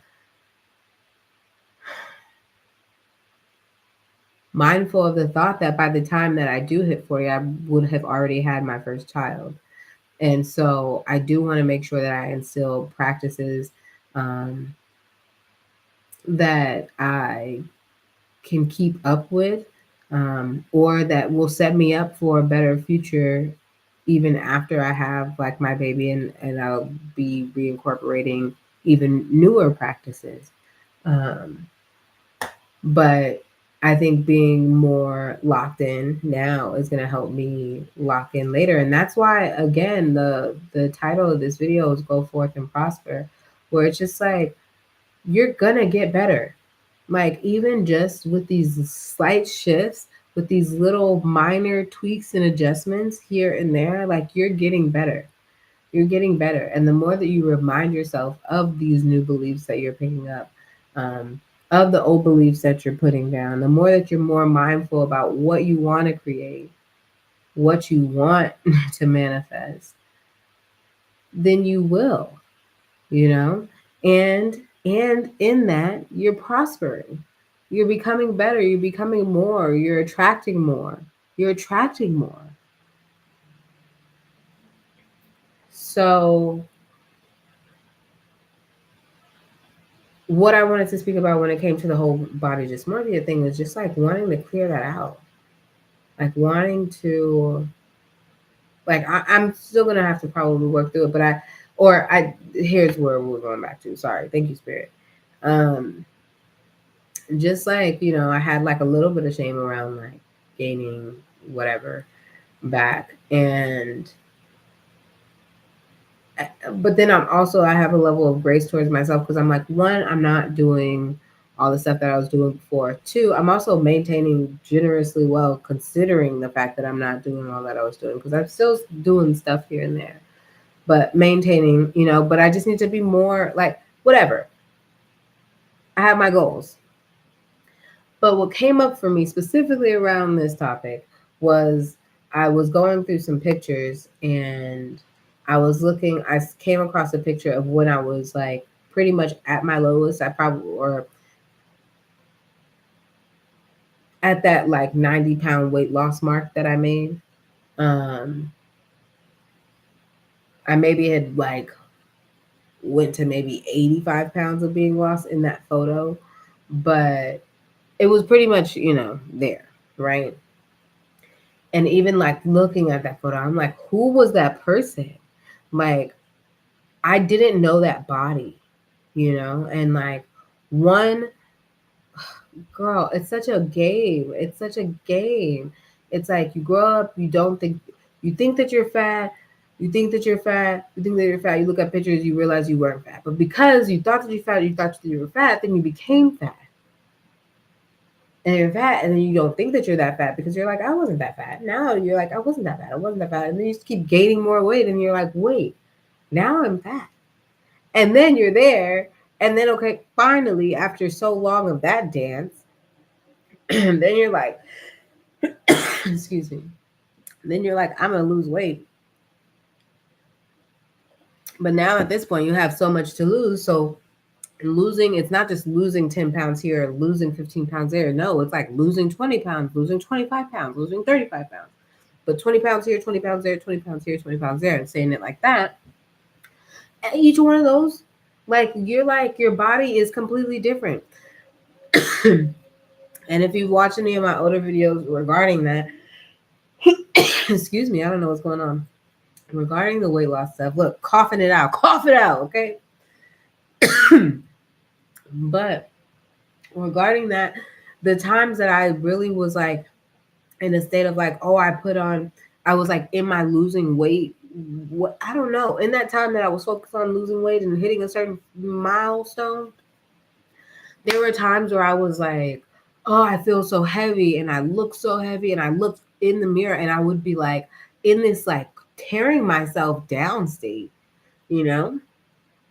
And all of a sudden, or like the next day or later that night, I would weigh myself and I would be at like I had lost weight. So while I was over here telling myself literally in the mirror, like, oh, see, like even though you're going to the gym or even though you're working out, like you're putting on weight, like you're looking fatter. Maybe I wasn't. And here's the thing, sometimes I wasn't like as so say that you've been at the gym and it's like 5 weeks, you've been doing, 5 weeks strong, and then you take like, it's not even that you take a week off, you're just like lighter in the load on that 6 week. Like sometimes you could feel like, oh, I'm not doing enough in the 6 week. At least for me, that's what it was like. I'm not doing enough, or maybe I ate a little bit different, like slightly, or ate a little bit some of the old habit stuff or whatever. And so then I would just tell myself, like, I would see myself in the mirror and I would be like, what is going on? Like, I don't, like, anyways, I would see myself in the mirror and not be okay with it. And then I would weigh myself, and then I would have lost so much weight from the last time of what I was, where I was like, wow, you think that you were gaining weight and you literally lost. Like, there was a moment one time where I was like, oh, I for surely put on like 6, 7, 8 pounds or something. Like I was in that mind state. Like I for surely put on a couple of pounds since the last time. And when I tell you, I was like 10 pounds down from what I thought I was. Like 10 pounds down, not from what I thought I was, I gained, but 10 pounds down from where I was before. So in my mind of where I think that I've gained, I'm 15 pounds down. And do you know how that fuck, girl, I can't even tell you how it fucks with your brain, because I don't even fully understand how it skews your brain. And even now I feel like I had been in this space of being like, oh, I have this extra little weight on me and I know I want to lose more weight, but I don't, like, I just want to be, I have to be clear about how I'm going about it, and I'm not going to go about it all willy-nilly, and that's just what it comes down to. Like, I'm maintaining right now because I'm not trying to go about it willy-nilly. I'm not trying to be, okay, I'm going to jump in, but not have an actual plan. And then 2 weeks later, feel like a fucking shitstorm and then put on it. Like, I'm not playing that game. The long game is maintaining. Okay. And like right here where I'm at right now is maintaining, because I'm really, my original goal from when I was like at my heaviest point and I said that I wanted to like lose weight, my goal was a certain number.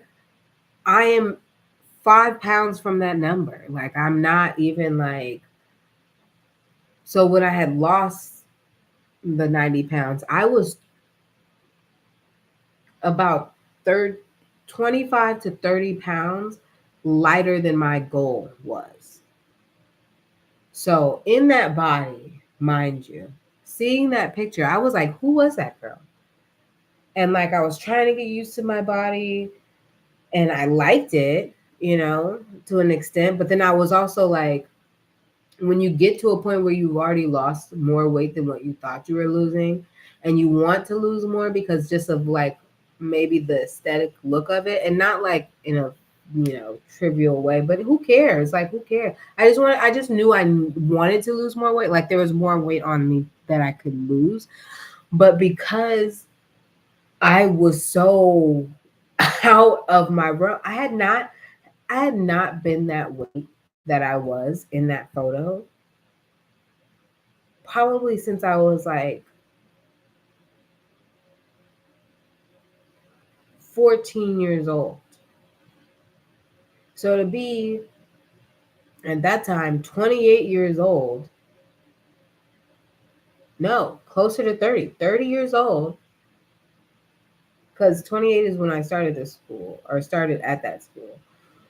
So being 30 years old and then 9:30 on the clock, being 30 years old and being the weight that I was when I was 14 and hadn't been since I was 14, like what is even going on right now? What is even going on right now?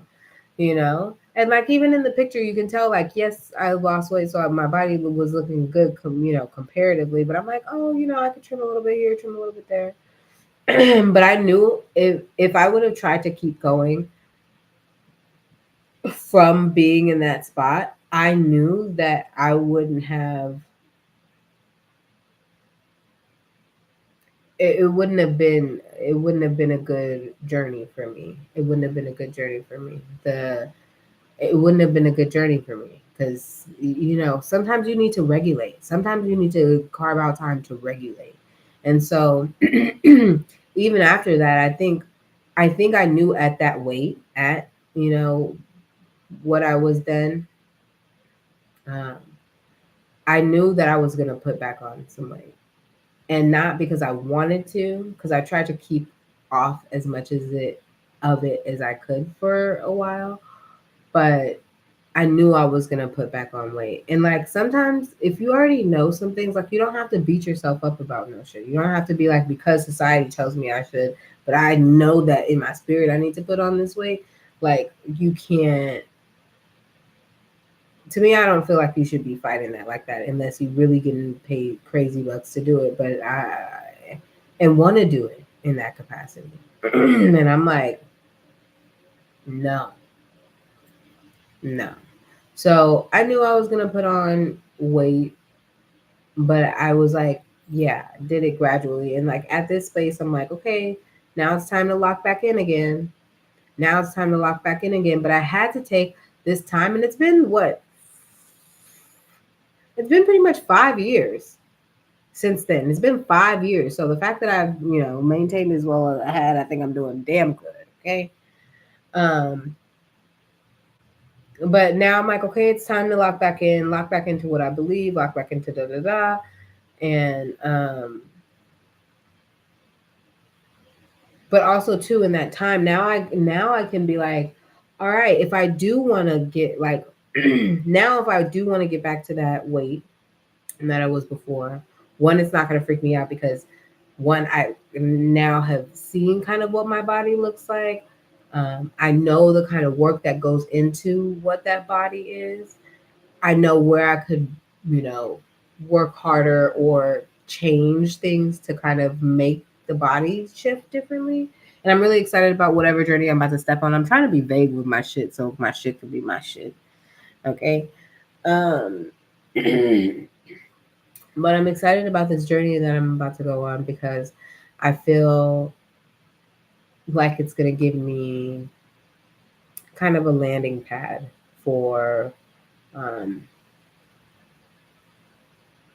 for where I'm growing to. So I wanted to bring that up. And if you're dealing with body dysmorphia, let me just let you know you're not alone. My little antennas. Okay. Let me let you know that you're not alone. Okay, you're not alone. You're not alone. There's more people going through it than you think. Um, and then just be like, give yourself grace. Give your great self grace in the space, you know? Like if you know certain things, like looking in the mirror or over criticizing yourself while you're looking in the mirror is something that agitates the body dysmorphia more, like maybe don't do that. Um yeah, because and it's interesting to know that like there's no amount of like working out that's gonna make the body dysmorphia go away. There's because I was working out a lot and I felt like that was like, oh snap, this is a thing. And like it's there either way. It's there either way. So, give yourself grace. And if you feel negative about something when it comes to you or your body, your size, your shape, your weight, whatever, anything like that, like, didn't we start off with the devil is a lie? Like, rebuke that energy. That doesn't even have to live in the room with you. You can tell it to get the fuck about. And maybe you just need to tell it to get the fuck about by saying, hey, you stank ass energy, and get the fuck up out of here. Look, 1, 2, and 3, and any of your rest of your homies, okay? GTFO. Don't let your ass get hit by the dog. Okay?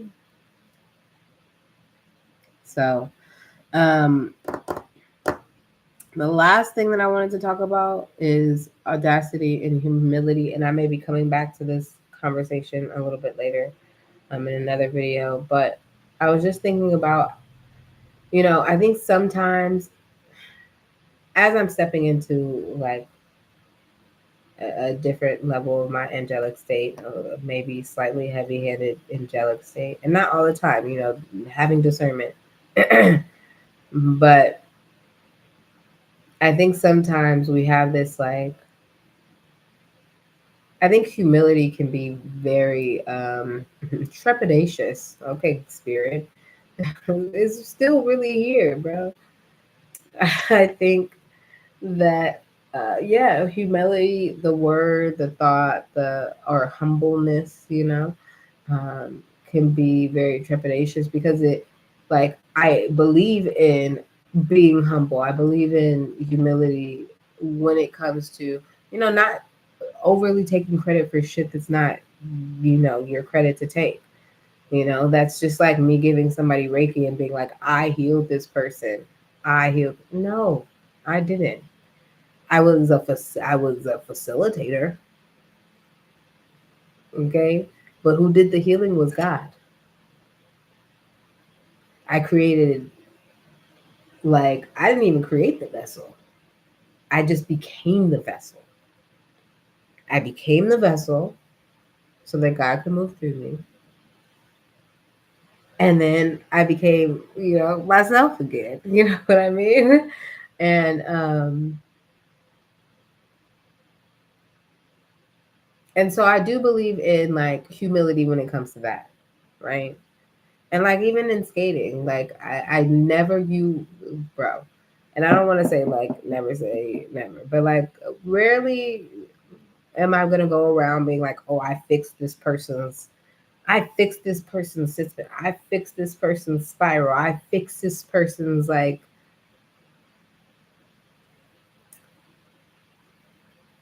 and then even have the audacity to go to their actual coach and be like, I fixed your students. You can tell me that you worked on them with something, but like, yeah, there's a certain level of like, and so this is how we get into audacity.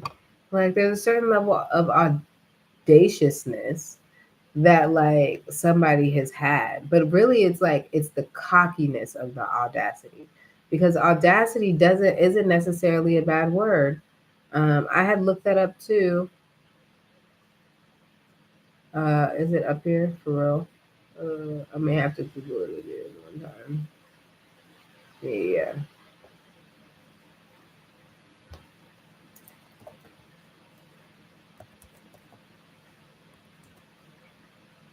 A willingness to take bold risks, right?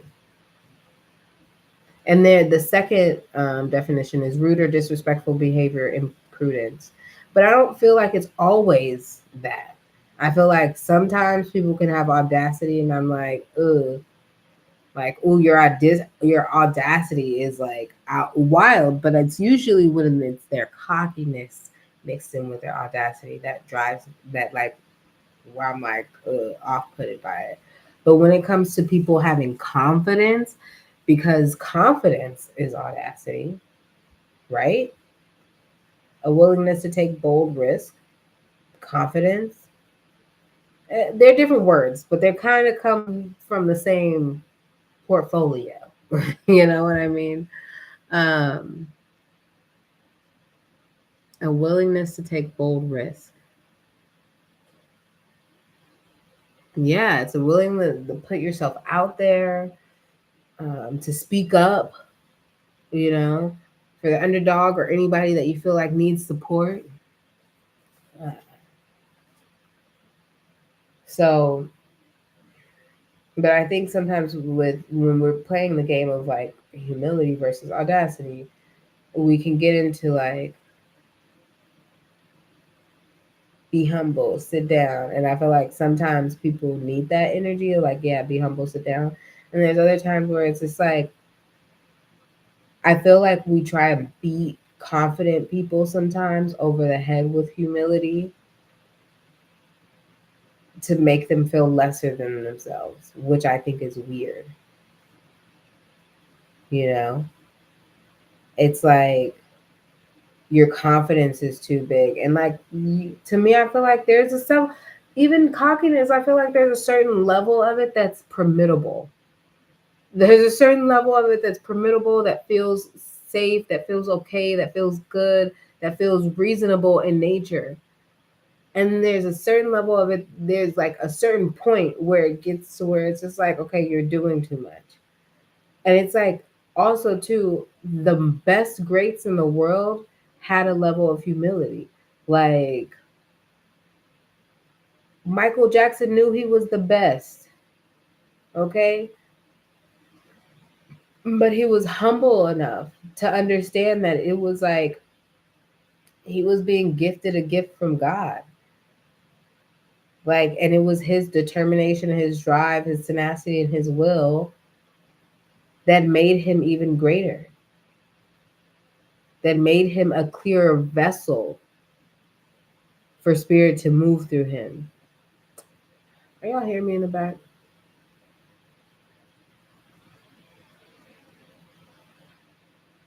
Always makes me think about Michael Jordan too. He's confident.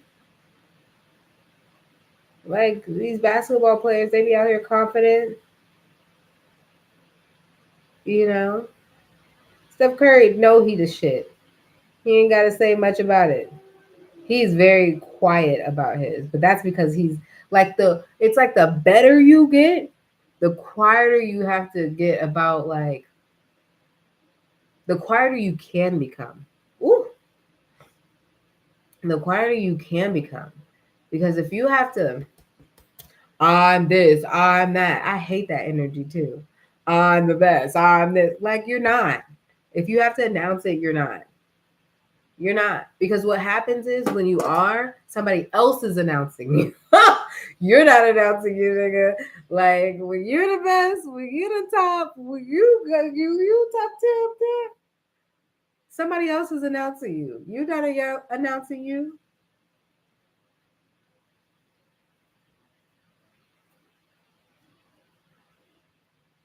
Every award show you go to. Now presenting. Da, da, da, da. What? I'm like, announce me. Announce me, baby. Girl. So, I don't know how what the whole point of wrapping up this video like this is.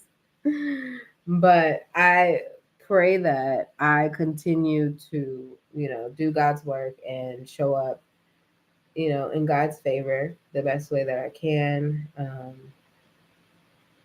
in a little fast, so my energy is a little, and it's a cleanse. It's just I haven't been eating as much, so that's why my energy is like. Also, Spirit knows it's like time to go, and I'm about to get off of this good old computer screen in my little corner of the universe that I love so much. That I love so much. Yeah, there's nothing else to talk about. Yeah, there's nothing else to talk about. I love you guys so much. I love you guys so much. If you made it to the end of this video, these long formal videos, Jesus, thank you, God. I would love it if you can just drop me an emoji in the comment box. If you can you put a tea kettle? Can you put a tea kettle? That would be really exciting if somebody like put a tea kettle.